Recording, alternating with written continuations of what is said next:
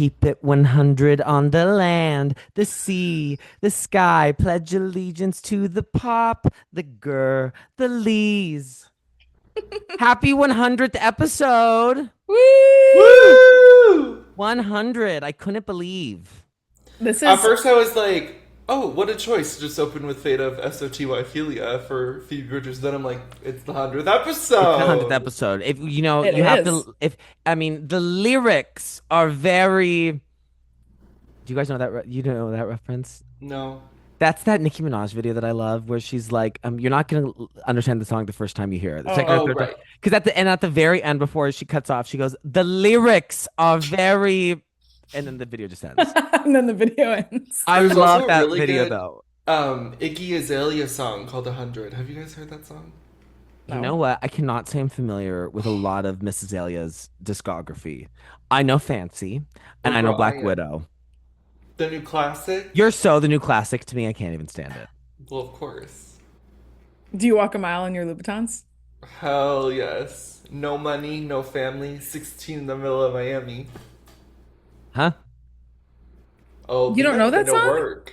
I mean, I know Walk a Mile in these Louboutins. I just know that little clip. I know the little audio. Right. I don't I know. honestly think Levi would kind of fuck with new classic, to be honest. Hmm. It's good. I'm not saying it's not. I'm just Oh, you saying that you were just a little prompt. skeptical though. Well, not That was an skeptical. inquisitive. It was an inquisitive. Thanks for yeah.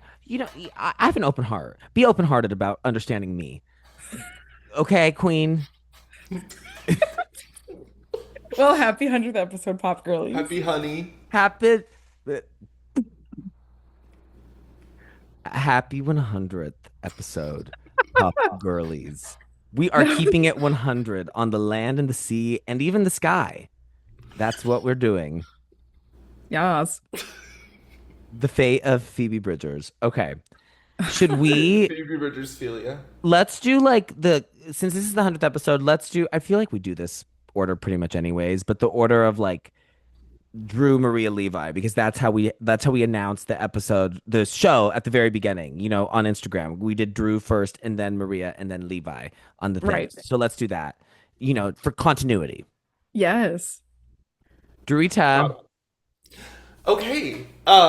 My hot track this week is by an artist that I really love. And she's releasing new music, which is really fun. And I listened when it first came out, but I was listening to a bunch of other new releases at the time. And I'm excited for the new album about to come out. But the song is Black Prada Dress by Ellie Goulding. It is so good, well, you have you seen that guys. she's suing her managers? I No. saw that. That was announced, I think, today that she's suing Yeah. them because they like breached her contract. Oh, wow. I didn't know she was coming out with new music at all. The And the new our music Ellie is Goulding good. fan who schooled us on our Delirium episode, please comment below and let us know about what's happening with this lawsuit tea. Yes, please. Educate us. My Ho. gosh, that's right. I forgot about that comment. That was incredible. Yeah, it was an amazing comment. But no, Drew, I've heard a snippet of that song and it's really good. It's so good. Well, pure when does that album come out? I think September. I think um maybe like early September, like Oh, September. so soon. Yeah. And there's two other songs that are also really good. Well, hot damn. Hot damn, hot But I damn. love Black Prada Dress. I'll have to tune in. I literally had no idea she was releasing music. Yeah. You didn't know that was happening. I didn't know that was happening. It's I, what I wanted. I haven't seen it. Yeah. No. Well, Marita, why don't you get this cooker rolling? Yes. Well, also picking I'm not picking a new song because at the time of recording this, it hasn't come out yet. But I'm also choosing a song from an artist that I love that is releasing new music soon. And this also ties in really nicely with our 100th episode because on our very first episode, my very first hot track was also by this band. So it's very full circle. Um, but I am picking the song it's a deluxe track from their last album called Romance. That song, I always get this wrong, so I have to always look it up what the actual song is called. But it's a deluxe song. It's called Before You I Just Forget by Fontaines DC, um, off their last album, and it's really good. I've been ever since like literally just over the weekend, they like announced their new era out of nowhere, and the new album comes out in October, and I'm literally so excited. So very much excited. And the single that they're releasing tonight is called none other than Marianne. So Spelt the correct way. If you know, you spelled know. Tea. spelt Levi's mom's way. So shout out to Shout Miss out Marianne. to the Queen of Idaho. Wait, Literally. is the cover as good as the last album? I Yeah, love is that the album album cover. cover announced? Yeah, I can send it to you. Is It it got good? posted like on Twitter, but they haven't posted it. I think Don't it's you not like the album cover for Romance? I don't really like the romance That's cover. what I thought. Oh, I keep tea on all my Yeah. hoes. wait. I I love personally that wish cover. I kind of wish Hmm. that the cover of the single for the song Favorite was the cover of the album. It's kind of similar, but it's symmetrical and there's three swords going through it. It's a really cool I'm design. looking up that image. Okay, that yes, I'm seeing this. I'm seeing this. Cause then the yes, cause the actual I kind of like the actual one actually a little bit more. Sorry, Maria.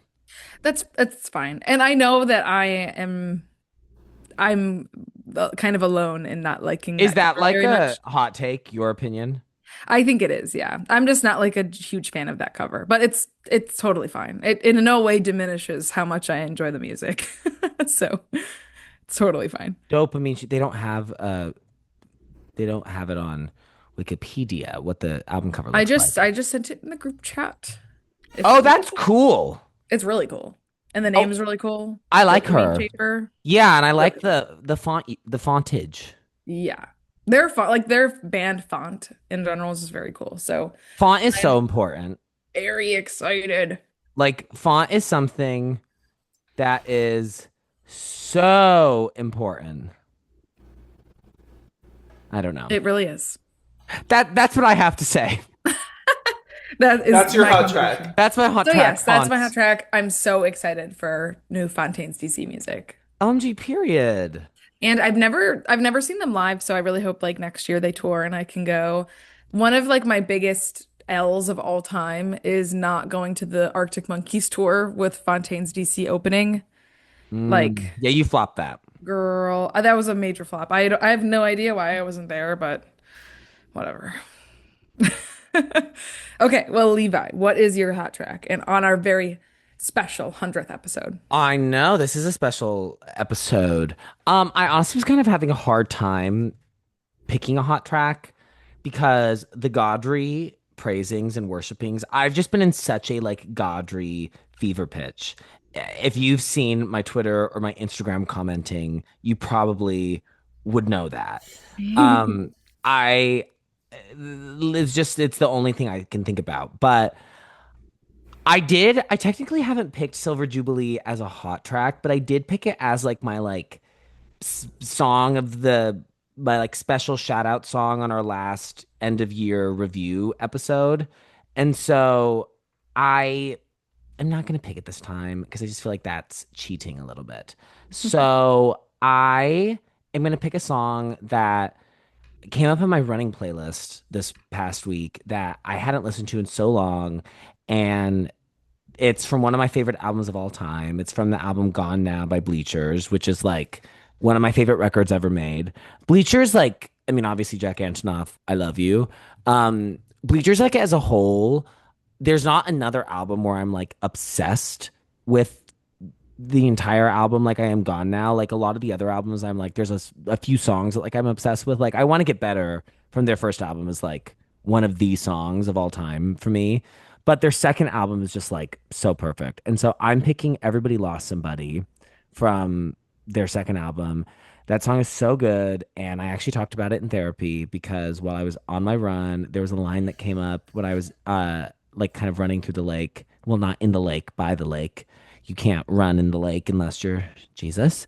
And he didn't really run, he walked. And anyways, so uh there's part that goes, come on motherfucker, you survived, you got to give yourself a break. And I did break down in tears because it's just so powerful. It's just the emotion. So I mean, yeah, that is though. I mean, it's so powerful. That song, it's also that song's about like like he lost his sister when he was a child. She was like, I think, a teenager. And a lot of his music is about that, which I find really interesting. And that song is like being like you didn't, it's not your fault that she died. So like you need to like stop being so hard on yourself. I just find that like an incredibly moving sentiment. Hmm. So that's my tea. Love. Absolutely. Oh my God. This is so big. Are We're we ready gonna, to get lost? well, this is so exciting because, not only is this the 100th episode, but this is the first Phoebe Bridgers album in 6 years, I mean, which is huge. like huge. I mean, of course, we did Punisher. Drew led the charge last year because that's both one of our favorite albums of all time. I feel like I need to go retcon and give it I was like smoking I heroin know that you day. you didn't give it a 10. Which is like it is a 10. My thing is just because I got like I think like sometimes I get insecure about giving a lot of tens because sometimes people Well, you were naming also names, making dogging comments. on. Well, and my thing is like Halloween is still a song I don't really fuck with, but I feel like the album as a whole, like it felt wrong to not give it a 10. So I wish I could go back and give it a 10 because like it is a 10 and like I love it the way I love my tens. And like I love it more than I love a lot of albums that have given tens. So Yeah. I was just kind of Whoa. caught up in the logic a little bit. Like to me, it was like a case of like, this is why like I struggle with like rating albums, like giving like numerical Mm. ratings to things. Like I actually Well, find the star system a lot simpler, like on Letterboxd. This because I have like a lot of different kinds of 5 stars movies, but for some reason, like numbers, it feels a bit different. Like it feels more like I don't know, like cut and dry a little bit. That's Um, fair. because like I mean, it's easier to like interpret a 5 star or like a 4.5 star, but like a nine is a nine and like an 8.5 is an 8 point. You know what I mean? Um, Totally.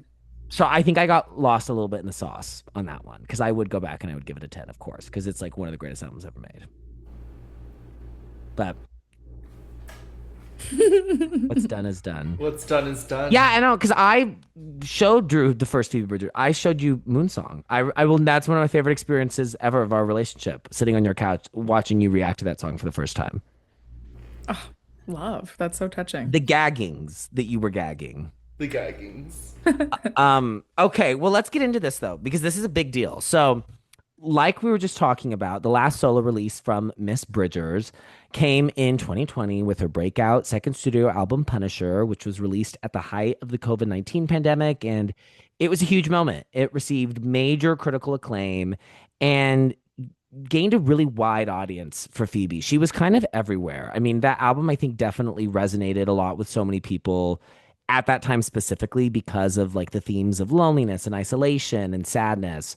And she also just like navigated that entire campaign so well, adapting to having to be like remote. She had a lot of like really interesting creative like performances that got played on like late night shows. Do you remember the one of ICU when she's like driving around in her parking lot singing the song? Yes. It's amazing. And she has another really good one, I think, of Savior Complex. And the SNL performance from that era is great with her smashing the guitar during I Know the End. So it was just a huge moment for her. And ultimately, Punisher nabbed her 3 Grammy noms, and she was also nominated for Best New Artist that year as well. So in a total, she had 4 Grammy noms that year. And for more of our thoughts on Punisher, go listen to that episode. But it is Bible for me and Drew, and then Maria. Marie liked it a lot, right? I Yeah, I definitely enjoyed it. I Phoebe Bridgers hasn't been, and I can keep this brief for sure, but Phoebe Bridgers hasn't been like an artist I return to a lot, but I definitely appreciate her music. Yeah. It's just like Phoebe is like a big artist for me and Drew. And like it's like Yes. she's a big bonding thing for us. Yes. So anyways, she followed Punisher up with the first studio album of her supergroup Boy Genius, which includes fellow singer-songwriters Lukie Dacus and Julian Baker. That album, entitled The Record, was also one of the most acclaimed albums of 2023, and it won the group three Grammy Awards: Best Alternative Album, and then Best Rock Song and Best Rock Performance for the song Not Strong Enough, which I believe I've used as a hot track before.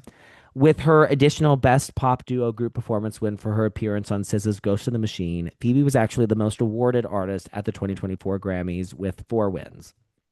Following the 2024 Grammys, she announced that she was taking a break for the rest of the year. And then that followed into 2025.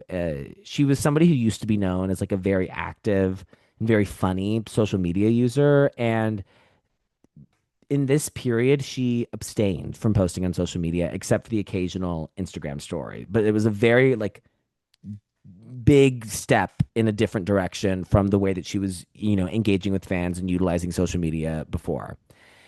In the time between Punisher and Lost Weekend, not only did she blow up career wise and kind of become one of the biggest voices in alternative music, but she also experienced major events in her personal life, a few different ones. So from 2020 to 2022, she was in a pretty publicized relationship with Irish actor Paul Mescal, to whom she was reportedly engaged to before calling it off. And then immediately following the dissolution of that relationship, she began dating American comedian Bo Burnham. They are still together, and he is actually credited a bunch on this album. There have been like reports of infidelity, like nothing has really been confirmed. I think that there's allusions to that on this album, meaning that Phoebe cheated on Miss Paul with Miss Bo. But I would say the biggest turn of events in her personal life was the death of her dad, Tony Bridgers, who passed away in 2023. They had a very complicated relationship. She's talked about it in interviews before. The song Kyoto from Punisher, which is a huge fan fave, is about their relationship. Growing up, her father was abusive to her mother. Her parents got divorced. He battled substance abuse, and there was a pretty significant period of time where they were estranged. But during the pandemic, following the release of Punisher, and I think probably prompted by the way that she was talking about her dad and, the song Kyoto, they reconnected and were in each other's lives before he died. So that's kind of all of the background leading up to the actual album. And it's interesting talking about this. This is the normally the part of the episodes where I lead, where I get into the album content itself. And a lot of it, I'm describing like the creation process, what it looked like all of that stuff. And she hasn't engaged in traditional publicity for this album. It's been a very, I think, an incredibly effective marketing campaign, but a very non-traditional one. So not much is known regarding like the actual process. What we do know from like little blips of like her talking about songs and like certain events, is this was a years long process, the longest she's ever taken to make an album, and she suffered several bouts of writer's block in this period. So like, she would have studio time booked and then either cancel it and put it off, or like go in, work a little, kind of, meet a dead end, and then return to the work when she could.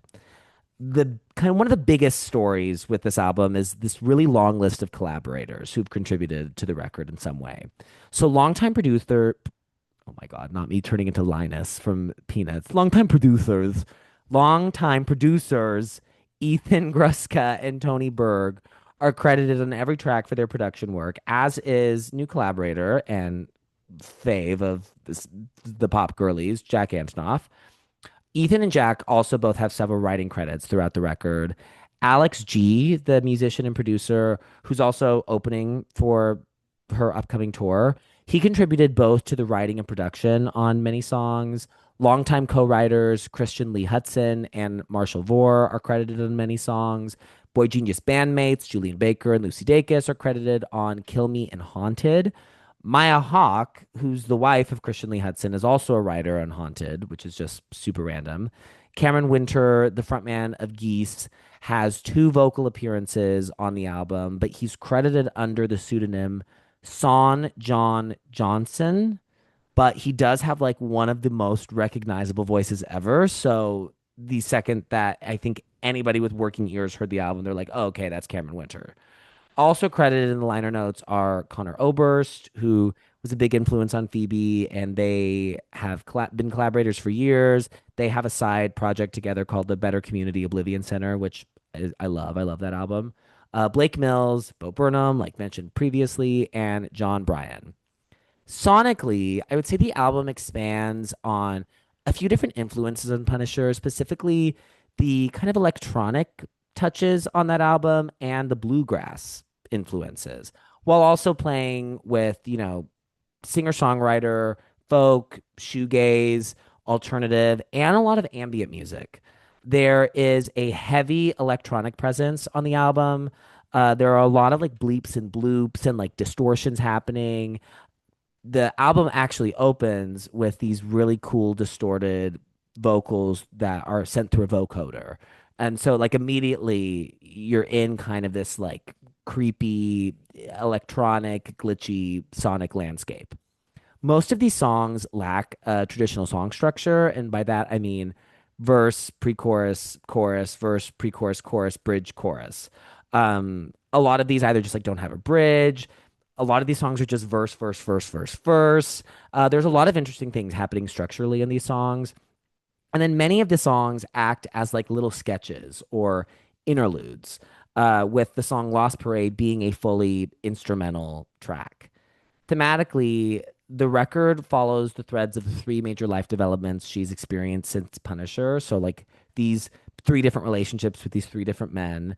The breakup of her relationship with Paul Mescal is covered in songs like The Governor's Waltz, which has also gained attention online for referencing Paul's current girlfriend and friend of the pod, Gracie Abrams. The relationship with Bo Burnham is a recurring theme on the album. She's created like a character that she refers to him as, Bobby, who pops up in three different songs. Of course, there's a song called Bobby as well. Haunted is a song that offers insight into how touring with Boy Genius got her through turmoil in her personal life. But most of all, I think the biggest and most major theme on the album is her complicated, raw feelings of grief regarding the death of her father. And so, employing her trademark blend of pathos and humor, the opening lyrics see her cracking a joke at her father's funeral, crying in a suit and tie, but you should see the other guy. And his death pops up all throughout the album. There are some songs where it's just kind of like a little brief detail, and then there are other songs where it's like this is a song that is fully about her dad dying. And then in the album's liner notes, she dedicated the record to her father, just with the words "for dad." The album has 16 tracks and clocks in at 52 minutes and 26 seconds. So getting into the release, which I kind of talked about, was a bit, a bit of a distinctive rollout strategy. So starting in May, she began playing these pop-up shows around the country. So like posters would get posted around an area saying that there was like a concert in like 2 days. And the first stops were in towns and areas associated with UFO sightings, such as Roswell, New Mexico. And this happened over May and June and culminated in a surprise concert at Madison Square Garden in New York on June 4th. And all these shows were phone free. So there were no recordings anywhere. And she debuted some of the songs here, some new material at those concerts. On June 5th, so the day after Madison Square Garden, she announced a phone free arena tour that starts in September. Levita and Dorita will be in attendance, getting our life. The album officially was announced on June 24th. And that following day, the first single, Lost Boys, and its music video were released. Music video is amazing. You should see it if you haven't seen it yet.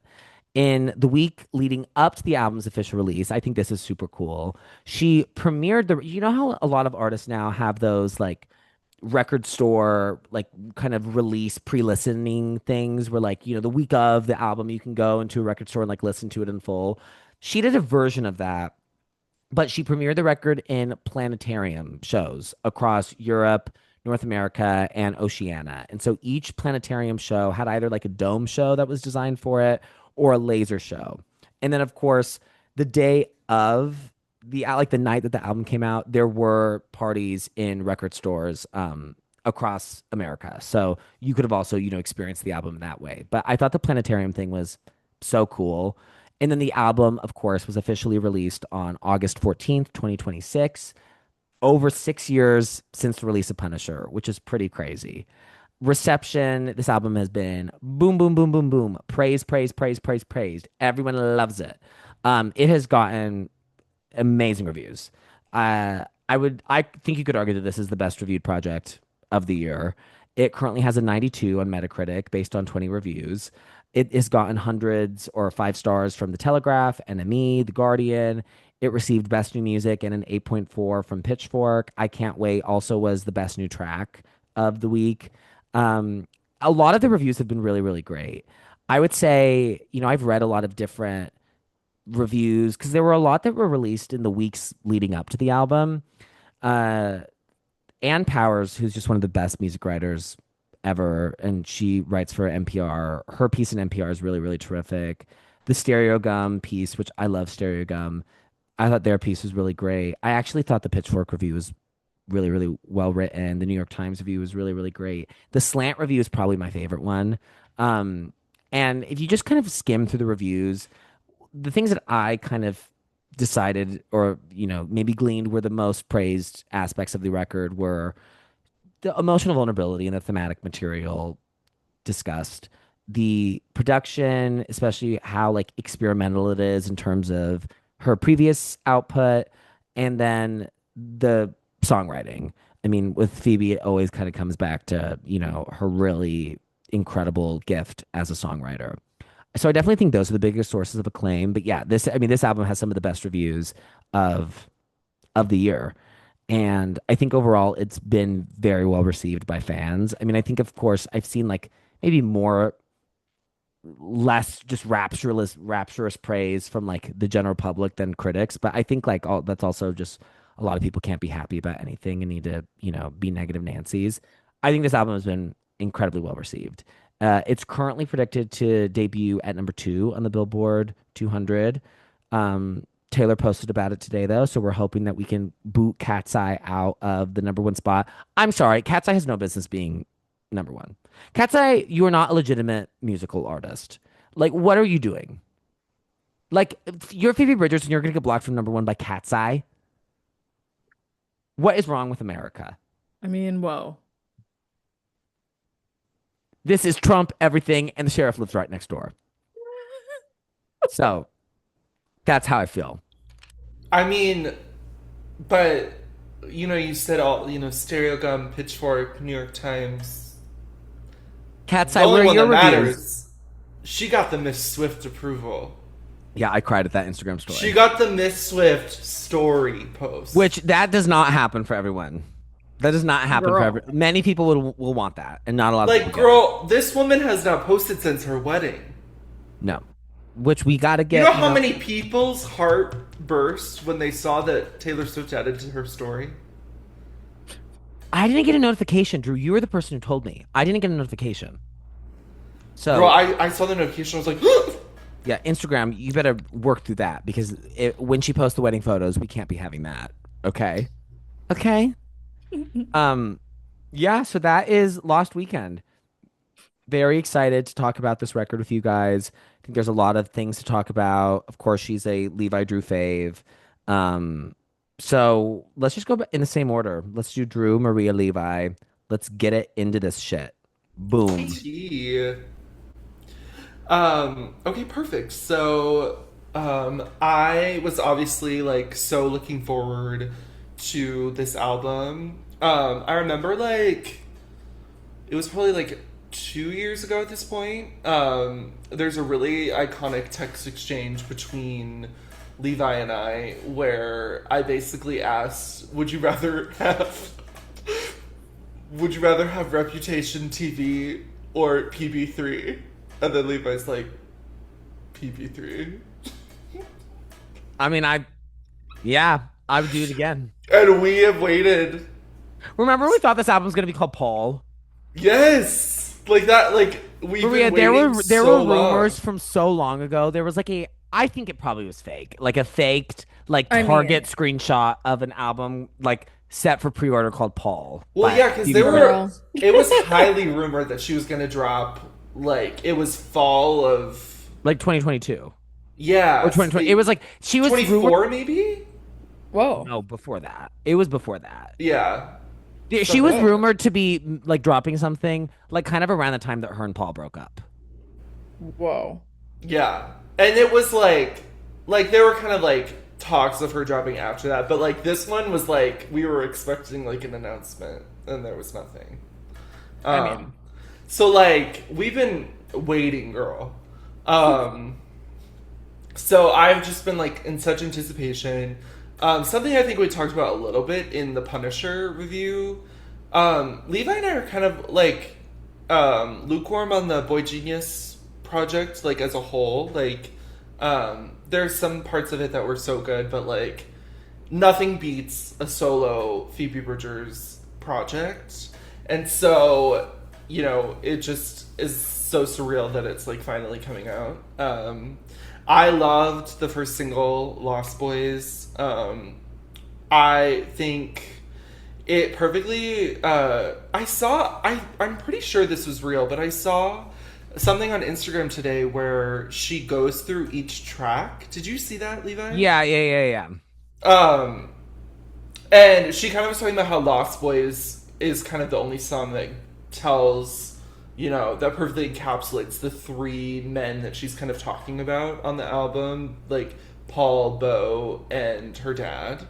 And so that alone, I think, makes it like such a good, you know, first taste of the album. But I was really blown away by it, and so I was ready for the whole project. Also, with it being called Lost Boys, and with the album being called Lost Weekend, and the tour being called The Lost Tour, I was like, is this going to be an album where every song is called Lost something? And then it wasn't. So that was tea for me. That would be too much. That'd be so confusing. You think my ass would be able to tell you any song name? That Um, no. but yeah, so I was just so moved by this. I genuinely think it's probably the saddest album I've ever listened to.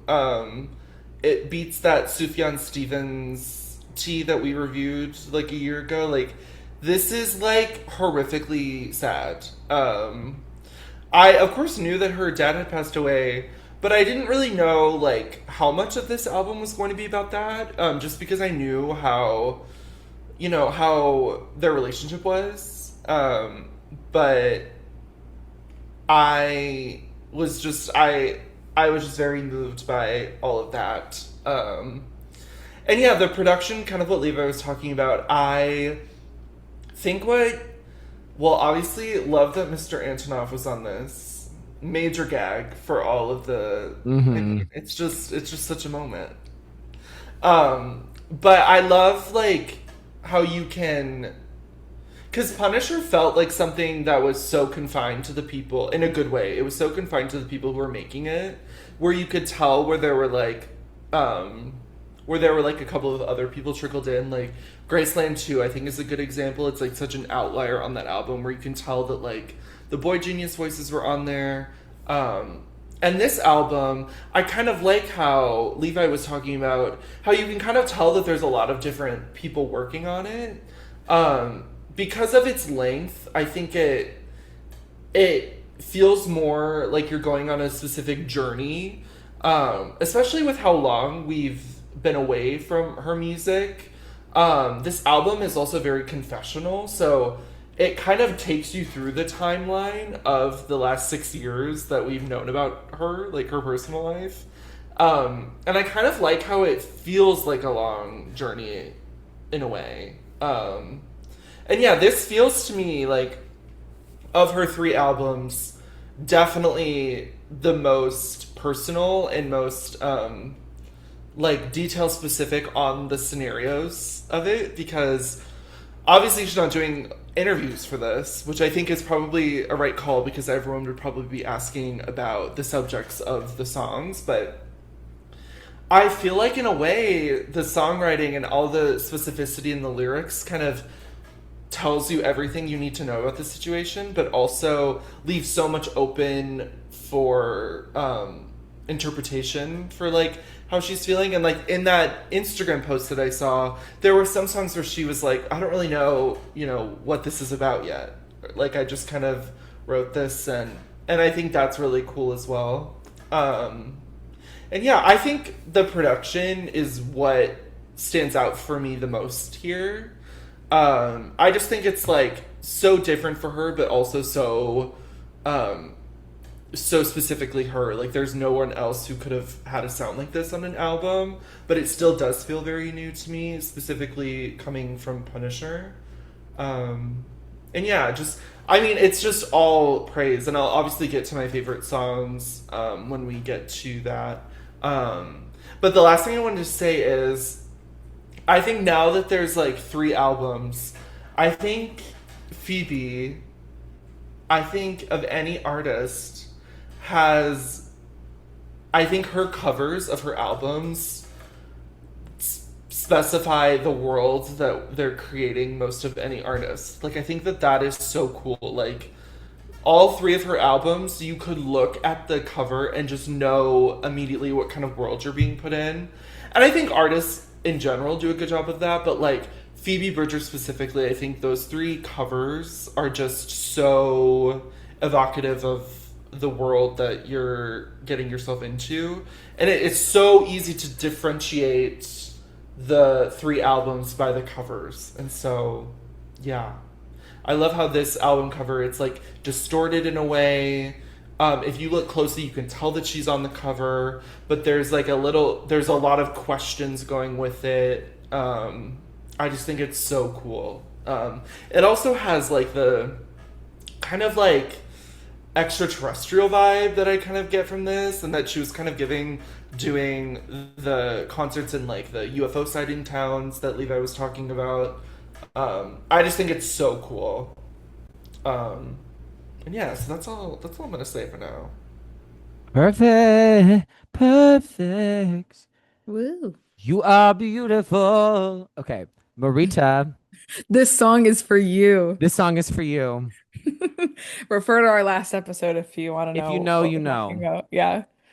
Okay, so getting into my tea on this album. So if you've listened to our Punisher episode, and also as I said maybe 15 minutes ago, I definitely have an appreciation for Phoebe Bridgers' music. I don't listen to her very frequently at all, really. Like she's just not someone who's in like my regular rotation. But I do kind of admire from afar. Like she's very, very talented. I think she has like a very singular sound. And obviously like gotta support my pop girlies because obviously her music is everything to Levita and Druita. So yeah, definitely appreciate her music. It's not in the constant rotation.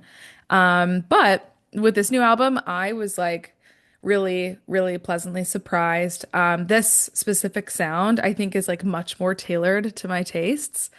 Um, and I didn't really listen. I heard like one little snippet of Lost Boys, but then I didn't listen to the full song until like Drew and I were hanging out the other night and we pulled up the music video, and I was gagged. Oh, really? I was gagged. Like, I mean, that video is also just like video incredible. is insane. Yeah, it's The video's amazing. Girl, amazing.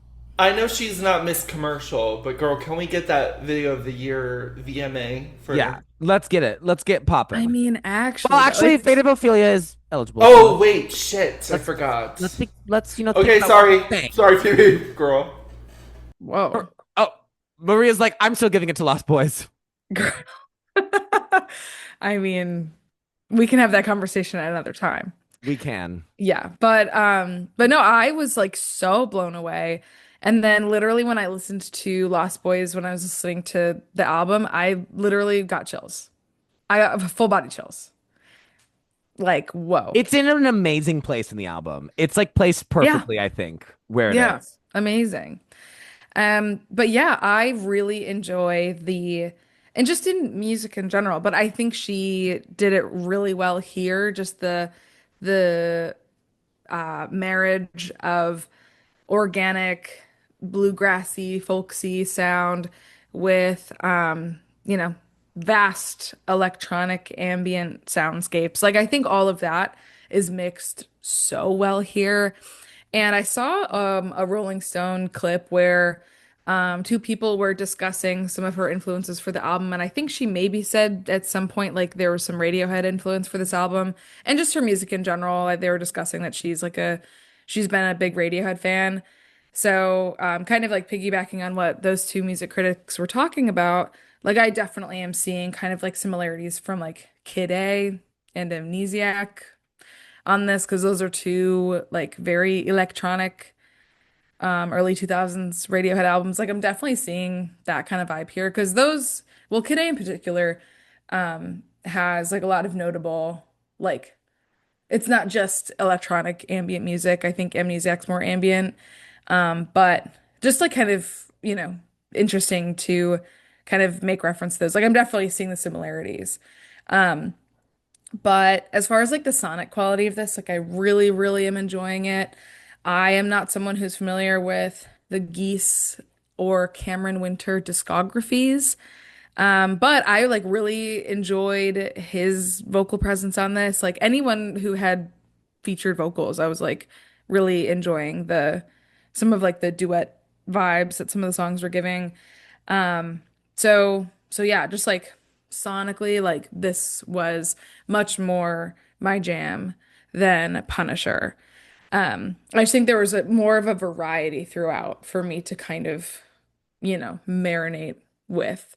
So sonically, really loving it. Drew, I really love what you said about the cover. Because yes, this cover is so cool. And just as you said, is like a perfect representation of the sound that you're gonna get. Like I love the concept of like the cover is like this image that's like almost still processing. The group The Avalanches that I've talked about before has a cover that's like very, very similar to this.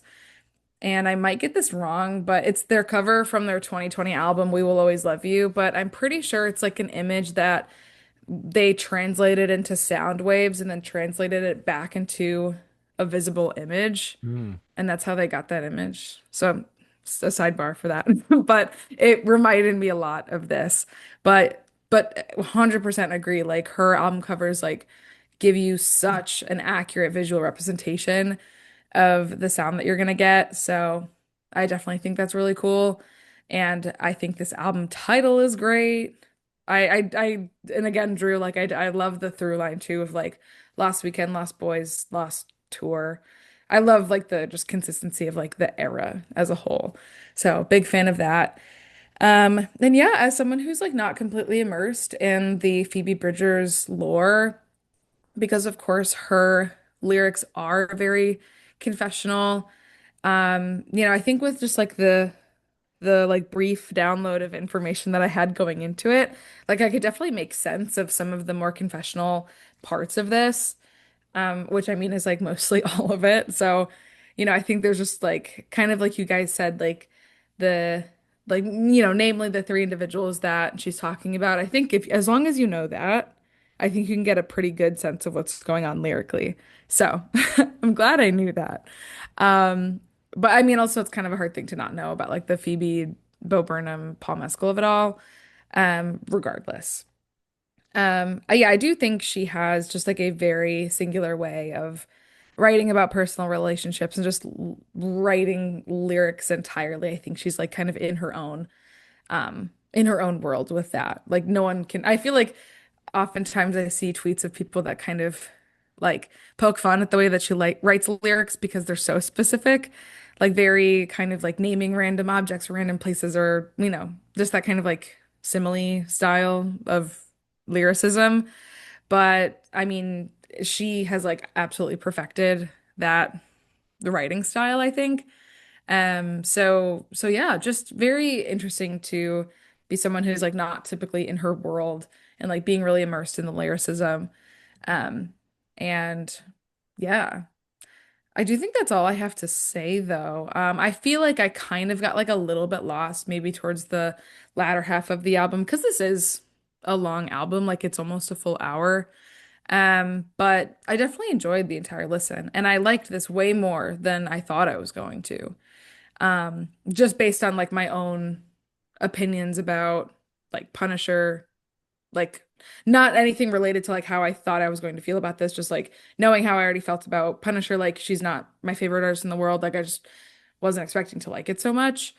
But of course it's like incredibly sad, so I'm not sure how much I'm going to like revisit a ton of the songs.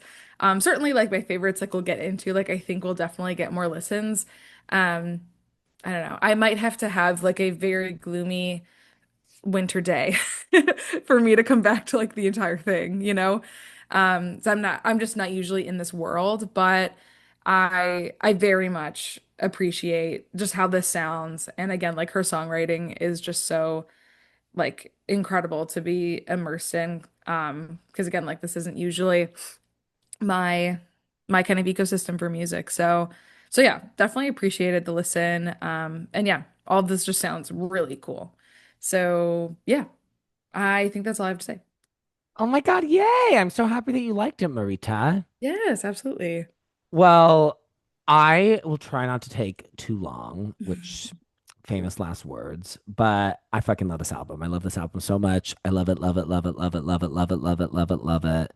I think this shit was so worth the 6 year wait. And like, I think Phoebe already had kind of established herself from the success of the first two solo albums and then the boy genius of it all as like in my mind kind of like the voice of like the new generation of like alternative music, but this to me just fully cements that and like cements her as like such a unique force in the music industry. Like, think about it. She is signed to the label Dead Oceans, which is an independent label. Uh, and she's currently predicted to sell over 100,000 copies of the album first week, which is like bigger than some pop star numbers. I mean, that's huge. I think that like she has, she's also like she's an indie artist who's doing arenas her on her third album. Like she has a very unique stature in music right now, and I'm just so excited to see how like she can continue to ride this wave and like carve this niche out for herself. Like I think somebody like her or somebody like Lana to me have like the ideal careers where they're not really like weighed down by commercial expectations and they aren't expected to like churn out like hits or really palatable music for the radio, but they're still able to like get numbers with their albums and like tour in like big venues. Like that to me is like I feel like that would be the sweet spot as a musician where like you're not expected to like churn out like pop hit, but then you're still able to like kind of have like big canvases to paint with. I think this album is absolutely incredible. I think that there's so much to talk about here. I think the first thing I want to talk about is I love how much this album really feels like one piece. Of course, there's such a cohesion sonically here while never sounding repetitive, but like every song to me sounds like it exists within the same world. The production is amazing. The production and the like mixing and the engineering is incredible. The sonic quality, you can like hear every little noise and it's so clear. There's nothing hidden, there's nothing muffled, there's nothing muddy. It's a beautiful listening experience, especially with some nice pair of headphones. And it's just so easy to get lost in the way that these songs sound. And so, sonically it's so cohesive, but then structurally, the way that all these like interludes and like little songs are peppered in, the way that so many of these songs have like big switch ups of like tempo or sonic switch ups or, whatever, the way that so many of these songs like start and end with these like kind of creepy electronic sounds, like it all just feels of one piece. And like I mean I don't think she's ever made a non-cohesive album, but this album to me feels like it is fully intended to be played start to finish in a way that like even Punisher and Stranger in the Alps don't. It's so of one piece, and I always I have tried to like listen to it, just like listen to one song, and then I just have to go to the next one, and then I have to go to the next one. Like it's really really hard for me if I'm not just listening to one on repeat, just to listen to like isolated moments because they just blend together so well. I think that her writing is as like crisp and cutting as ever. I think that like Lyrically, maybe I would say this album's a bit more like stripped back than Punisher. I think Punisher is a bit wordier of an album. This definitely is more atmospheric musically. I think that definitely leans into the ambient music influence that's going on here. But man, I mean, these lyrics are just like, I missed her so much. That is my goat. That is my lyricist. She knows how to fucking write shit down. Like, and was coming to remind the girls, oh, you thought, oh, it's like that video. Oh, they thought this was a rabbit. Oh, they thought this was a rabbit. Was that? It's Winnie the fucking Pooh. Fuck 4th of July. That's her coming back to this music industry with these lyrics. I mean, opening up an album about the death of your dad with crying in a suit and tie, but you should see the other guy. Uh, who told her that was allowed? Like, actually, who gave her the permission to do that? Because I don't remember giving her permission to do that. It's crazy. It's cuckoo bananas. Again, lyrically, there's all these like things that like get talked about a lot. I mean, of course, there's like the thematic matter, which is, the death of her father, these relationships. But like, in the very first song, The Outside, she talks about punching a fist through drywall. She goes, fist through the drywall, I'm frozen in place, but not afraid. And then in the very last song, Lost Weekend Reprise, she says, I fought the wall and the wall won. Like it's all connected together. And I don't think you guys understand that. I don't think you guys fucking get that shit. Like this is somebody who's operating on a level of lyricism that is just like unparalleled. She knows how to make something that is both simple and complex, something that is like immediate but also incredibly deep and like requires a lot of thought. She approaches her lyrics, I think, the way that she like pairs her words with the melodies. A lot of the times, the way that like phrases can get kind of cut off in the middle of the phrase, and then there's like maybe like a moment of silence or like getting into the next melodic phrase. It reminds me a lot of poetry. And it's always kind of reminded me of that. How like, poets play with the way that like stanzas look on a page, the way that like lines are written, and how there's like a visual element of poetry. I've always like thought about Phoebe's music like that. Moon Song from Punisher is like the biggest example of that because there are so many phrases where she kind of like cuts it off in the middle of the phrase before getting into the rest of the word or the rest of the sentence. And again, that's I think at play here. And it's like it makes your relationship with the words and the way that she's saying it different. She has such a distinctive and really incredible ear for melody. Some of like my favorite Phoebe melodies ever, I think, are on here. Like the Governor Waltz melody is like so cuckoo bananas crazy to me. I can't believe that that's a melody that like we just get to listen to like whenever we want. I can't wait melody is cuckoo bananas crazy. As above, that hymn, that smash, as above the on the charts. That is what that song is. Um, I think that it is an incredibly sad album, and I've sobbed to a lot of these songs. But I also want to say I also find it a little bit optimistic. And there's a hopefulness and a openness to this record that I think is different from Punisher and Stranger in the Alps. Punisher, that album's so much about loneliness. And there's an isolation to that record.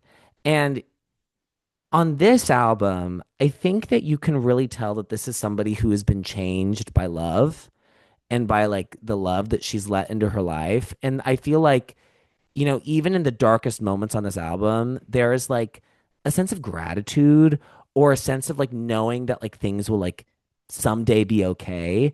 That I find it just be insanely moving and touching and effective emotionally, but also like a really interesting moment of growth from her previous output. I mean, I'm thinking about like a song like Still Standing, which is, in kind of my opinion, maybe like the centerpiece of the record. It's like the one that is like most fully about her father, and it's gut wrenching.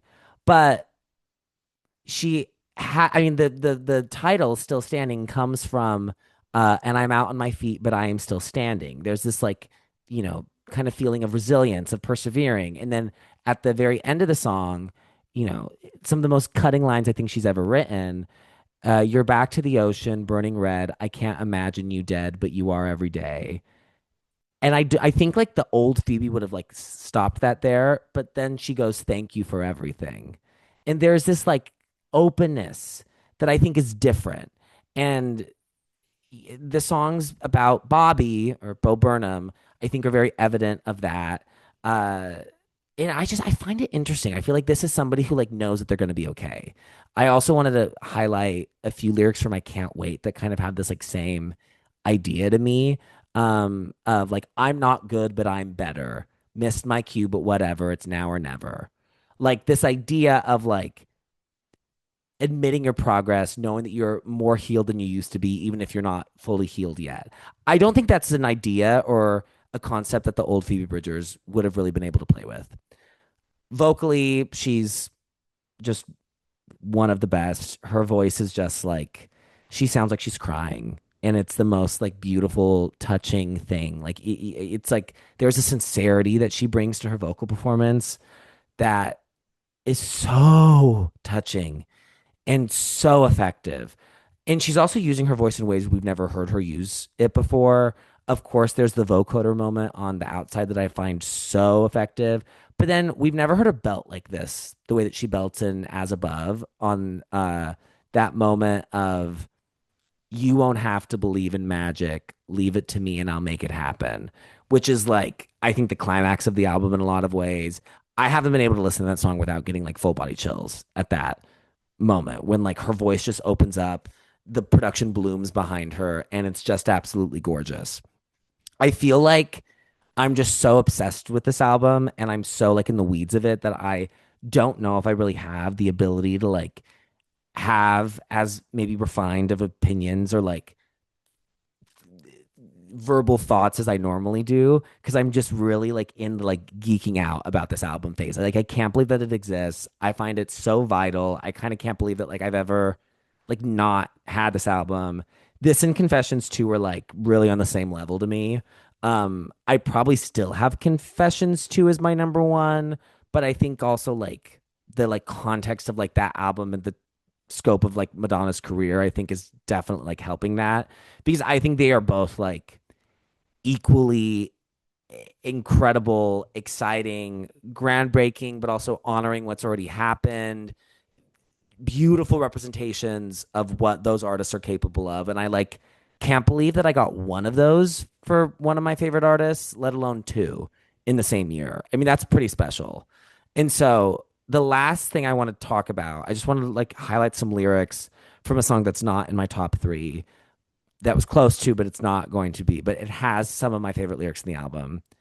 So first, I think on an album that has a lot of devastating lines about grief, he never made it a day in a shirt. He's not coming back as a bird. He's not coming back as like, he's not coming back as a bird. Of course, there's like that idea. I know a lot of people talk about like seeing beloved family members or like people in their lives that have died and like seeing them come back as birds. My best friend Annie, her family always says like cardinals or her grandpa. My mom always sees my grandpa, her dad, and hummingbirds. And like this line of he's not coming back as a bird, he's not coming back, I find so beautiful.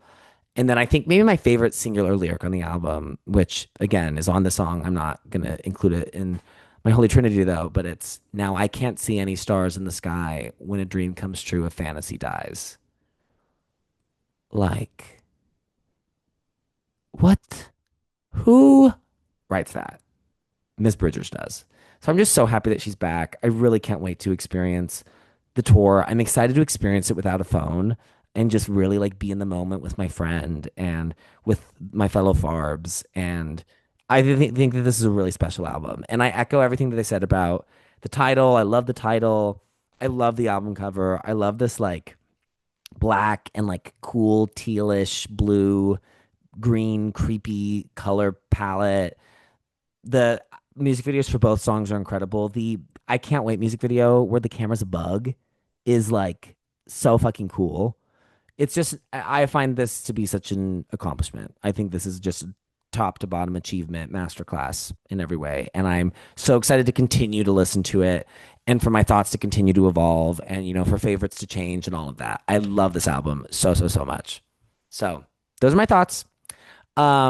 Anybody else have anything they want to add before we get into the me hee hee hoo hoo hoos? No, Well, no. I was gonna say too, like, she's never really had albums with like this many like interludes before. Mm, And something before I listened to this album, like I always thought of interludes as like not as good in a way. I know we've talked about it a lot on the podcast before. Um, and I feel like the interludes do add so much to this, agreed. but it almost like to me, and I don't know necessarily why, but I got the kind of idea I was like the more interludes there were, and I don't know, it made me think like, oh, this wasn't an album that was like made in 6 years. And I don't really know why. But like the more I was listening to it and the more kind of interludes kind of would like come in and out. I think maybe because like it does feel like a little bit like the interludes to me aren't as much continuations of songs that are already on there. They're more so like separate entities. And part of me, like, did you ever get the feel of like, oh, maybe, like, how long do you think this was made in? Well, I know that she sound checked as above in 2022. Oh, I think she's been like making this album for like a long time. Yeah, I do. Do, T. do you not think that? I truly don't know. There's a video. I'll see if I can find it and send it to you. There was a video of her sound checking in 2022, and it's the first. It's like a very different. It's like kind of a faster version of it, but it's like a faster version of I think the first verse of As Above. T. Okay. Yeah, I mean, I didn't know. It kind of feel it when I was listening to it, and maybe it's just like how I interpreted it. It feels like something that could have been made in like a shorter period of time than like 6 years, and not in a bad way. Like I think there are some amazing albums that are made in like more condensed periods of time. I don't know. I guess like something. I don't know. Maybe I was just comparing it to Punisher that feels like so tight. This See, one I feel like I think I kind of disagree with you. I feel like this sounds like it was made over a long period of time with how like I kind of do think that the tracks kind of bleed into each other. And I do think that a oh lot of the interludes kind of serve as like extensions of songs or like there are moments where I'm not looking at my phone and I'm listening to the album and I'm like, is this like an outro of a song or is this an interlude? Like, especially in the back half where I feel like there's a lot yeah. more of those like smaller songs and like there's like an intricate quality to this album that like it feels like everything was meticulously put into place for a reason. And that to me, that quality always to me like signifies like, oh, this probably was made over a long period of time. But I think it's interesting that like, we're listening to the same thing. We both love it so much, but that you maybe have a different Yeah. interpretation of that. Because my Yeah. interpretation was definitely like, oh, this feels to me like it was something that was made over a long period of time. So it's cool that, Yeah. that wasn't your initial instinct. Yeah, and something I did want to say too, because yeah, like this does like structurally and sonically like does kind of remind me of the 1975, like more of kind of like the middle to like more recent like eras of their career. Because I mean this song or like I mean the album as a whole, like it did kind of start giving me the vibes as someone who doesn't listen to Phoebe all the time of like the song that she's on from one of their Oh, albums. yeah. I always mix up their album Jesus. titles. Something. Jesus something. But the like electronic, the more ambient nature of this album did kind of remind me of when the 1975's discography does get a little bit more like uh like a little bit more subdued, a little bit more ambient. And Mm. I also think that this is like such a winter album. Like I will Mm. 100% revisit this. I mean, God willing that we get a blanket of snow this year in the wintertime. Like listening to this with just like, you know, snow everywhere, snow falling. That sounds incredible, actually. Because I do think also from a sonic perspective, like this was giving me some of like the early like Bon Iver, Also, like, as aforementioned, like the Sufjan Stevens kind of vibe as well. Like, there's a song by Bon Iver called Wash, which like the piano melody on that gives me like to me that is the sound of like a light snowfall. Mm. Like it's just something, it's like you'll have to listen to it and picture it and you will see it. But I think there are moments on this album too that it's like this I need to experience during a just like a chill snowfall Yeah, in the situation. winter. Like, oh, that sounds so good. I love it. Well, I love how like gloomy it was this weekend in Chicago for a lot of it, so that we Yeah, could she like, brought it in. because I was walking around on Saturday listening to this, and it was like all cloudy, and I was like, oh, that's perfect. Okay. Anybody else have any other little lingering tidbits of thoughts, or is Dorita going to me hee hee hoo hoo hoo us into Yes. our me hee hee hoo hoo hoos, our least favorite tracks? I'm Yes. ready. Okay. Floor is yours. My me is Liberty Tree. I really like this song. And I think it gives like a different color of this kind of like spooky ooky kind of bluegrassy kind of feel. I do think it is a little bit out of disservice coming after Haunted, where you kind of get a taste of that kind of production sound, but then you kind of go away a little bit on Panorama, but then you're kind of brought back. I think that does a little bit of a disservice to it. Um, but I mean, obviously, it's a Phoebe Bridgers song, so the lyrics are great, the production's great, the vocals are great. It does kind of just fault at that coming after Haunted, which is a huge highlight of the album. Amazing. Amazing. Okay. Liberty Tree, your chop. Maria. Okay, so this was really, really, really hard. Like I didn't really feel strongly about like any of these being my least favorite, and it took a lot of thinking to be like which one like can I like I guess this one's my least favorite. Because like both of you have spoken to, like this album is so sonically cohesive. So I kind of just had to go with one that like I didn't really enjoy like the melody of as much as all of the other songs. And I didn't really want to do an interlude because I do think they are very necessary to this album. And I do enjoy like the ventures into the more like sonic electronic landscape. So like I didn't want to choose an interlude. And I feel bad because like I wish I didn't have to pick me at all. But I'm picking Bobby as my least favorite. Oh, Oh, that wow. gags me. Yeah. Like this one I just Wow. didn't enjoy the melody of as much, and I feel like the way, especially like the guitar on this song was produced, it's like really That is a like Jack Antonoff guitar. That is a That is Jack Jack it's Antonoff. Antonoff really sharp. guitar. It's like almost a little bit abrasive. So yeah. I never in a million years would I thought Yeah, that's I what would you were have gonna never say. thought. Like I would have lost my life savings betting what you were gonna say right now. Well, thank God you didn't. Thank God.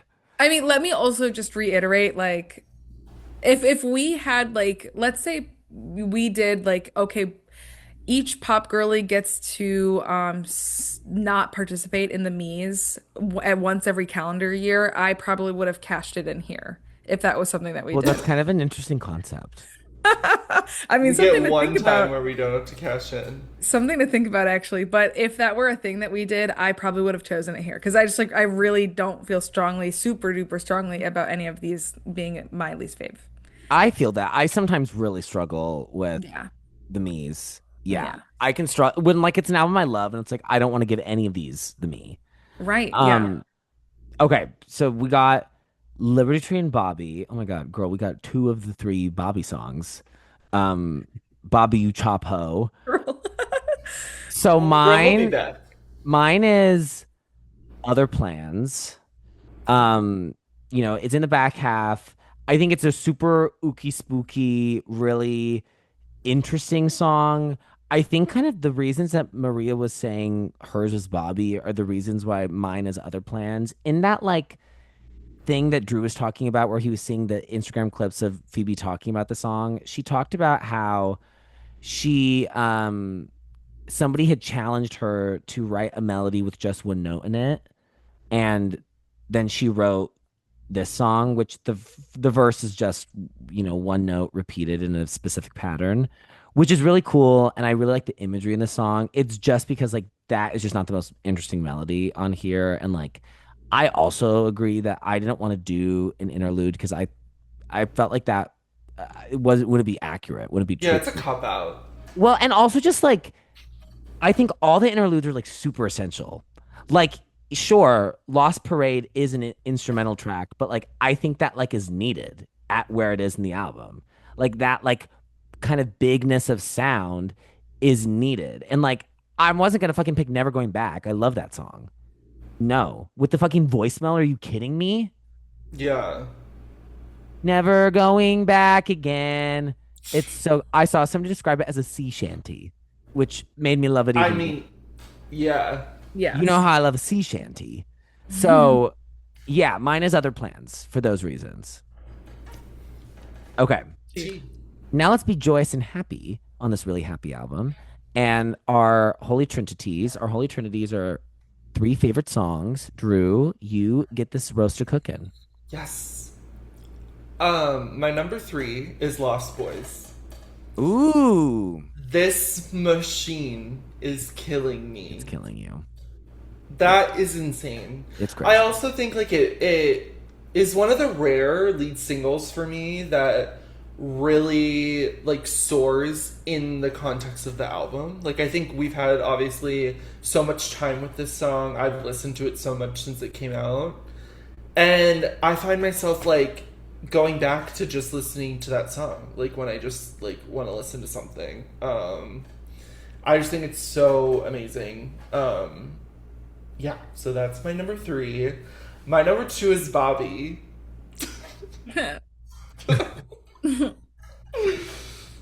This could be the end of Wanting. Yeah. Hot damn, hot diggity damn. Hot damn. Yeah. Never thought I would hear Phoebe Bridgers say that. No, Truly never thought. she loves to want. All she does is want. And we were talking about it, Levi. You were, because I was saying, like, this is some sort of, like, thesis or something. And you're like, well, it's not really a thesis because she's always going to want things. But you described it as something else. I said it But was I like forgot. her like completing an arc. Yes, that's, like, the perfect way to Because like describe the it. first two albums, she is like reaching so much and like yearning and wanting. And like it feels like the end of something, the end of some kind of arc for her now to declare that this is the end of wanting.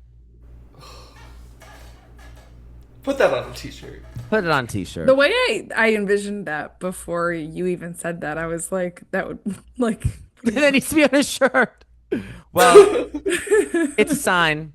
right. Marianne, you're our sponsor. Get that on a shirt. Yeah, I mean, it's just like insane. I had like a moment with it where I like saw the song in my head. I don't know. And then my number 1 is I Was the Belle at the Governor's Ball. Yeah. The Governor's Balls. Easy number one for you. I knew that was going to be your Girl. number one when I listened to it. I mean, how do you feel about the shade? The Okay, alleged shade. I'm glad you brought this up. Because I'm glad you brought this up, Maria. I'm actually floored. It didn't come up until now. Well, okay, so obviously, like, taken out of context, like, it can be seen as, like, clear, like, Gracie shade. I do think, like, clearly there's a purpose why she, like, I mean, she knew that it was going, these lyrics would be interpreted as Gracie. However, in the context of the song, I didn't really see it as much of, like, shade. Like, I kind of honestly saw it as more like, and especially the last 2 lines of that phrase where she's describing Gracie, being myself wasn't easy, do it for me. Like, I find that line as, like, obviously it wasn't put in the context of these people trying to pin to women and music against each other. But I think if that were in what everyone was posting about, I don't think it would be taken as much as like her. I just don't see Phoebe as like a person who would like actively put shade in a song over someone that like she kind of likes, because I mean they have been like seen as friends. Gracie was like just talking very sweetly about her in Daughter from Hell Press. Like I don't know. No, I definitely see what you're saying. Like, I do think that what Phoebe says in the song, like, I think it reads more of an acknowledgement than it does like shade, you know? Um, Yeah, and I mean if anything, like I don't think that line, when you have the whole song before it, is really seen as like her shading the girl that, is dating Paul now. I think it's honestly kind of seen as more of like, Paul shade. okay, he's moved on to someone else who like literally has my same bed sheets. Like, you can be me now because I couldn't like do it for him or whatever. Yeah, I think that's not. She's calling him a bum on this song. Yeah. I also don't really. I think in the context of the song, I don't really feel like it's shady, and I feel like people right. who are maybe trying to make it shade just want there to be shade, which they should know that shade never made anybody less gay, and they should like stop. I will say, Bloop. this has my favorite. I mean, so to finish off the Gracie conversation, well, yes, I have had to shut my door at my office because I saw a montage of on TikTok of them, with the bed sheets and the Gracie and the. I have gone through many like tantrums about that, but again, I don't see it as shade. But this song does have my favorite line on the album on it, which kills me. When she says, hiding in the bathroom like Shelley Duvall, you had a nosebleed, you were in my way, and you didn't remind me of anything. Yeah, that's tough. If Phoebe Bridgers said that about me, it'd be over. Yeah, that's tough for him. You didn't remind me of anything. Yeah. Mm. I mean, like there's no. Oh, he's there's, not even looking at me. You didn't Oh, remind me of anything. I'm not even looking at Oh, it. he's not even reminding me of anything. Like, that is. I cannot believe she said that. Well, Well, believe and you it, didn't remind me of anything. because she said it. she said it. Okay, Okay, yeah. Someone That's your take tea. over. That's the tea. K Marita tea. Get this tea brewing. Okay. So my number three is I Can't Wait. Oh, I love that song. I love this so much. I think it's a beautiful duet. And when they started saying Hyde, Jekyll, Hyde, Yeah. oh my God, jaw on floor. That Constantine Maroulis tea coming back to bite, girl. Girl, you know it. I have a tenured past with Jekyll and Hyde. But any time like media references Jekyll and Hyde, I'm gagged. I mean, she could have even thrown in a little Lost in the Darkness sample, and you would have literally. It would have been easy top one for you. That is so good. The concept of that is so crazy. But no, I thought that song was beautiful. So that's my three. My number two is Kill Me. Mmm. I found this song incredibly moving, especially the outro, and I think does have my favorite lyric on the album, which is he tastes like a flower with chemical petals. I love that lyric. That's so good. I love that lyric, and I love the way like the melody is on that with chemical pedal. It's so good. I Maria, was does shocked. Lestat taste like a flower? Chemical Stop! pedals? Girl, stop. Time and place. And I did it at your birthday I dinner. I can't believe she like low-key confesses to cheating in that song. I love it. I actually love it. I mean, I I love it. I love it. I love it. I love it. I love it. I love it. I love it. I love it. I love it. I love it. I love it. I love it. I love it. Love But that it. is such a Phoebe Bridgers thing to do. Like confess to cheating in one song, and then the next song Be Like, like, you are a loser. You Right. loser ass. I mean, that's Nope. powerful. you didn't remind me of anything. Well, Merp. I mean, if somebody doesn't remind you of anything, then they don't remind you of anything. What are you gonna do? Tea is tea. Not your fault. Paul's boring, Miss Bore. She was like, "Oh God, I cannot handle his Paul McCartney era. I gotta No, get out of here." I got to get out of here. She saw Inside on Netflix and was like, I'm hitching my wagon to that. She You watched know him. what else is tea? Did she start doing that funny feeling on tour before this happened, you think? Uh, Paul and her were dating when, if that's what you're asking. That is, Have you heard her version of that funny feeling, Maria? It's better I than. yeah, no, I've heard like a snippet of it at least, like when I was on I mean, TikTok. that But song it does sound like it's like a Phoebe Bridgers song. Like it does sound like Yeah. oh, it's very, kind of very crazy much. that she didn't write that song. Yeah, it is actually kind of And then crazy. now she's dating the only other person who could write a Phoebe Bridgers song. Like it's kind of crazy. Right. And now he's writing Phoebe Bridgers songs. Well, No, literally, when I was on the wiki page, I was like, "Oh my God, he has writing credits." And then I think it took me another 20 minutes to look down further on the page and be like, "He has vocal credits too?" Like, I wish Do I you had a think camera. people actually call him Bobby, or do you think it's just like an album thing? I think it's probably just a character. Because his name's Robert, right? Yeah, I think I don't think people probably actually call it Bobby. I feel like it's just creating a character. She's just putting the blanket on and making it a character, I think. Love that. Do you guys That's know just that so, reference? just classy as hell. That's a Drag Race season 5 reference. If anybody caught that, Wait. it's they're Roxy talking. Andrews. No, it's Alyssa's talking about Jinx in a mini challenge. She goes, "I don't think Jinx did anything with the blanket. Jinx did what she does best. She put on the blanket, made it a character." Oh my God, Levi, your Alyssa Edwards impression is like so beyond. Well, because She, it's the same voice. it's the same. It's almost I the mean, it's exact the same same, but like inflection. there's subtle differences that make it She incredible. put on the blanket, made it character. Oh my God, I can't stop. believe I've never said that in front of you guys before because I say that with like Zach and Eric all the time. Oh my God, that is too funny. Okay, okay, okay. My number one, guys, my number one is Lost Boys. Period. I knew that was going to be your number one from the way you talked about it. I mean, it just had to be. For me, like that's like the biggest moment on the album, and it's also just like such like an anthem song too, just like the Mm, structure of it and how big it is.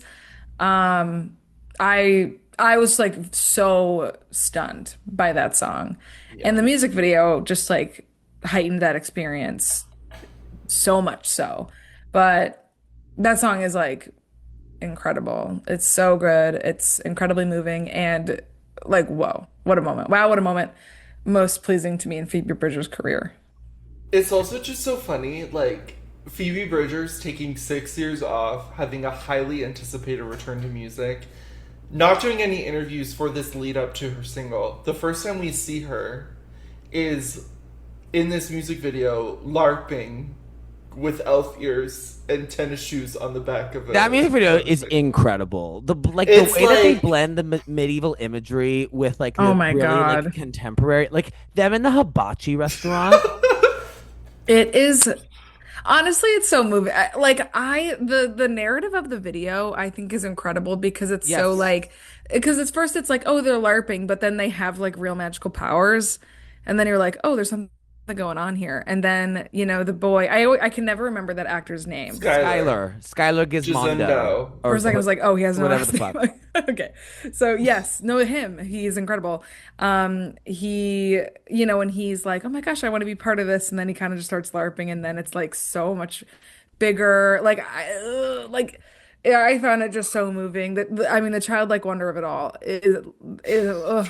Me and childlike wonder. If there's Charlotte Wonder around, you're gonna You put the gravitate towards childlike it. in the wonder, and it's just good. And it's just like, Maria. oh my, and it's Maria. Oh my God, I'm so moved. I now Childlike wonder in the girly I show. mean, you really in this video, they really just put on the blanket. They made it a character. I mean, and that's they what they made a did. character. Positive connotation. They made it characters. But what I want to know now is what Levi's top three is. Well, that's what everyone, the That's people what have been everyone's been asking. clamoring. I found this like so hard. My number one has been locked since the first listen, but and it hasn't been mentioned yet. Let's just say that. But my two and three are like impossible and have been between like five or six different songs. I'm gonna go with my gut in this moment right now, but like this could change next week. I'm sorry, Maria. My number three is Bobby. Right. No, I Um, get it. I get it. I get it. I do think this is like an all-timer love song, and if somebody wrote the song about me, I would be like, Cry. kill myself now. Life it will never get better than this. We also need to talk about a lyric that I just figured out what it meant today. We've got stars on the ceiling and clothes on the floor and a thing in a box I don't touch anymore. Yeah, like a vibrator, right? Yeah, well, so I just clicked that today. I thought she was like, oh, she just has something she doesn't touch anymore. Oh. But My that mom gag, asked me about that lyric. She goes, "Oh, like is she like throwing shade at Paul? Like her wedding ring is in a box?" no, I was like, no, "No, no, no, no, no." no, no, no, no. But like, this could be the end of wanting is just like incredible. And so is I exist only if you're watching.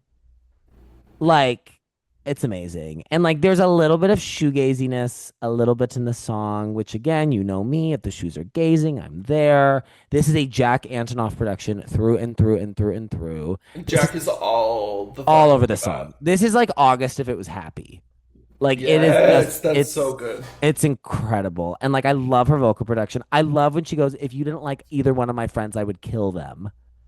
Oh, it's crazy. My number two, I'm kind of surprised this hadn't popped up in anybody else's, so I'll take the torch. It's still standing.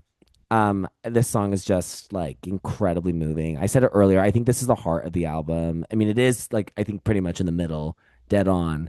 But it's just like kind of what I think the album is building to thematically, and then like this like thread, I feel like gets carried through the rest of the second half, and like the melody I find so stunning, Ola, that like the way that like the stanzas end with the but I am still standing. We were both shining. I love that. This verse of her talking about finding her mom bleeding in the kitchen sink, but then her dad saying sorry to her and then being like, I wasn't too young to understand. I just didn't think it was so bad. And it wasn't in a way. And now there is nothing. And then, like, probably the lyric to me that sums up the entire album is one I already discussed, but it's, I can't imagine you dead, but you are every day. Thank you for everything. Like, Jesus fucking shit. My hell. God damn. Um, but my number one locked and loaded first listen is Haunted. This so there's this little country ditty that is changing lives, and that's what this song is. I mean, this song is like to me, I feel like this. It's about obviously her touring and like that being like a life-giving thing while she's kind of going through all these things, these personal issues and troubles and turbulent times. But I feel like so much of what the song is about like kind of like finding magic amidst like the misery, and like it's about resilience, it's about getting through really bad shit that's happening to you, and like trying to make a good time out of it regardless, which is something I really resonate with at this moment of my life. I think like every single lyric to me is like a lyric that could be on a t-shirt, that it's just like so good it belongs in a shirt. There's so many lyrics on the song that are crazy to me. I mean, I love I've been daydreaming about sleeping, but by the evening I'm wide awake. That is like so That's such a you line. that and it's so classic Phoebe. It reminds me so much of a very not Drew Bates song, so I will apologize for What bringing that song? up. But it reminds me of a lyric in Chinese Satellite. It kind of has the same like joke setup of I've been running around in circles pretending to be myself. Why would somebody do this on purpose when they could do something else? Like I mean, perfect lyric. it has a similar vibe to me. Um, I'm putting on my makeup while they're lighting the stage up, just like candles in a cake. If you're gonna make a wish, then you better be specific. You're gonna have to live it every day. But then, of course, last chorus, if you don't think I'm already hooked, she starts talking about mermaids. So of course, it, I'm there. But then this Wait, lyric you of like mermaids? if you know, you know. You won't have to open a heart that's broken. Water's gonna flow in either way. My heart is growing either way. Whoa, what a Girl. moment in my career.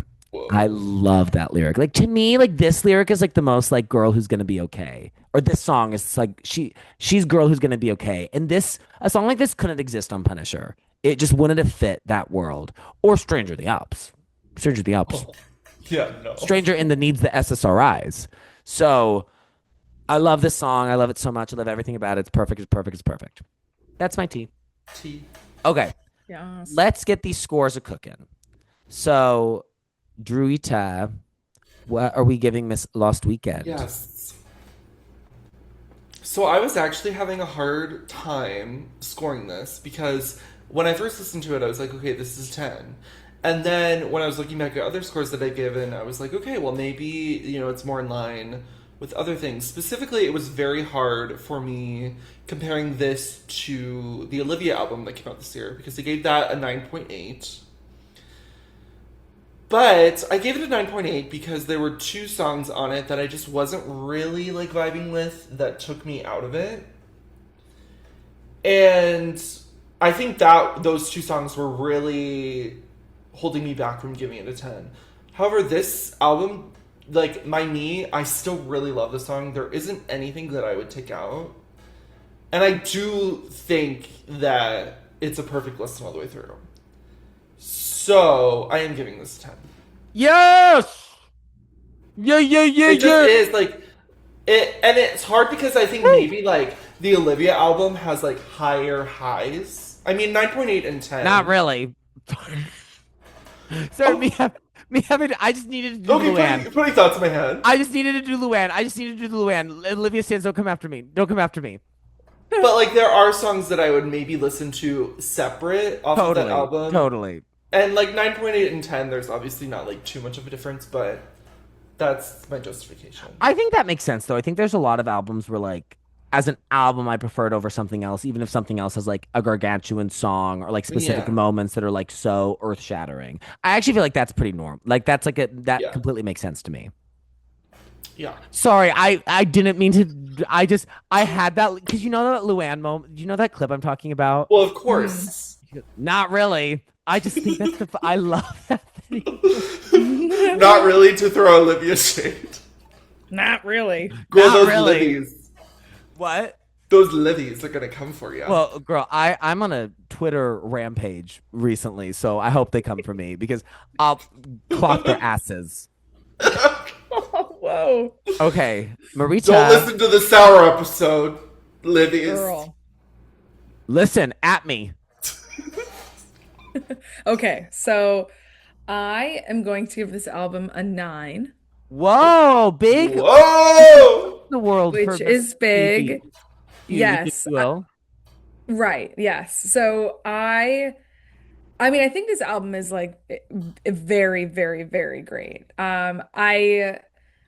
I just didn't feel like it deserved to dip like below the nines personally. I didn't give it anything higher because like I think just for my personal like constant rotation of just like favorite albums, like I don't know if I see this being like up there with like my favorite albums of all time, but like I mean, it's an amazing album. I just feel I don't think I could have dipped below 9 for it. So, Oh, I'm so happy. Wait, Levi, did you get a vinyl?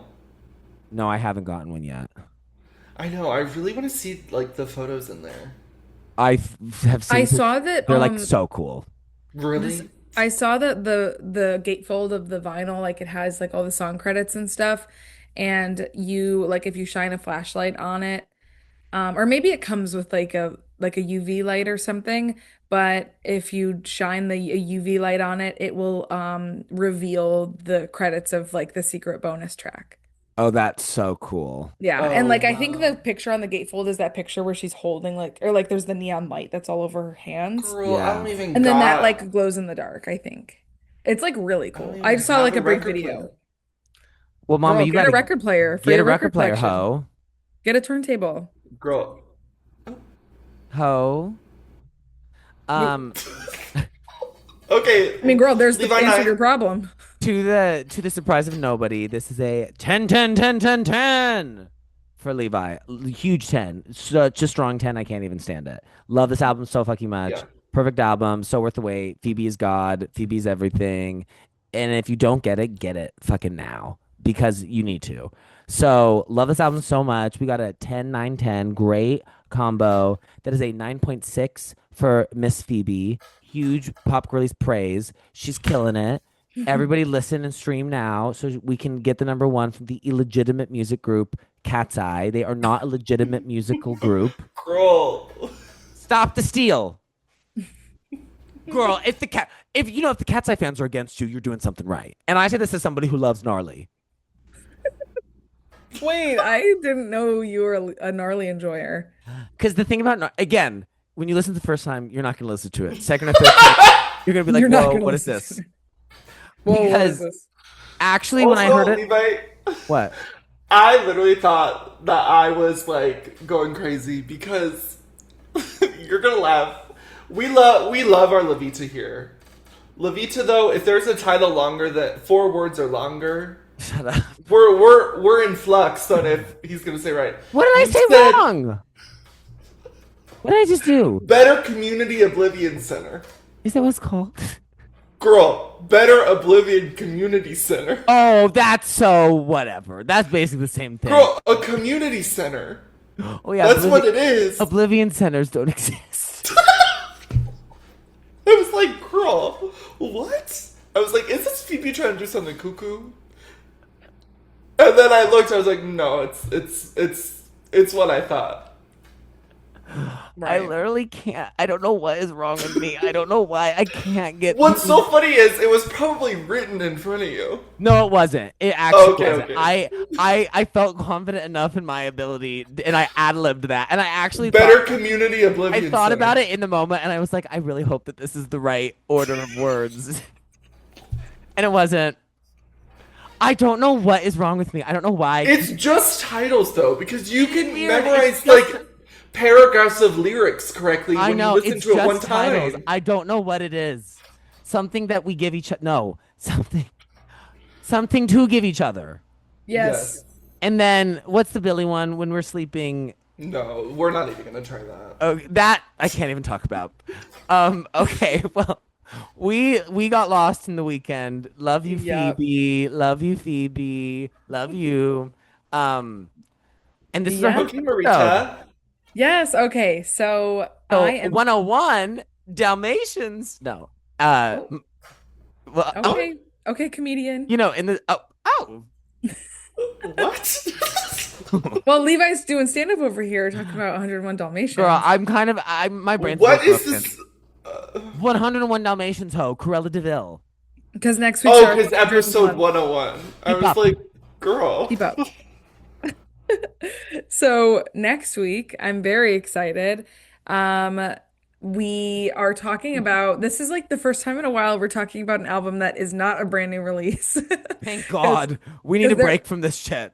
Yeah, actually, though. So I'm so excited. We're talking about a band that we've never discussed on the pod before that I love, love, love, love, and listen to them like so much during my formative teenage years, as I think is a very shared experience for a lot of folks. And they are so tea, and we're discussing my favorite album of theirs, which is very divisive amongst fans, or at least very much was when it came out. And it is Arctic Monkeys, their 2018 album, Tranquility Base Hotel and Casino. Woo! T. Do not ask me Yeah. to repeat that. Do not. Tranquility Casino and Hotel is what Levi will say. Isn't that what she just said? Girl. Base is in there. I know base is in there. Base, Hotel, and Casino. Tranquility Base Casino. No. No. But, No, just You're close. it's You're close. tranquility. You have It's a week. It's tranquility. The tranquility. Tranquility. Okay. Yeah, so I'm so excited. I like for Pop Girlies listeners, like this will be Levi and Drew's like first dive into the Arctic Monkeys discography. And I feel Yes. kind of crazy dropping you guys in at like their major sonic shift. But I'm kind of like I want to do it as a little social experiment and just see what you guys think. Like drop you in at like a point in their discography where like it's a really weird place to start. No, I'm so So, excited. I mean, I've yeah. I've talked to you about how excited I am about this Yeah, I'm really proposition. excited. Yeah, So, I'm really excited to get into this tea. hotel, This hotel tea. casino, This tea. tranquility hotel tea. Yes. Okay. Yeah. So tune in next week. It's bound to be a good time. Okay. Uh, Yay! so I have to go spend my lunch money. Whoa. Whoa. I'm gonna go to the outside. Well, I'm gonna go do the governor's waltz. Well, Shanti. bye, Pop Bye. Girlies.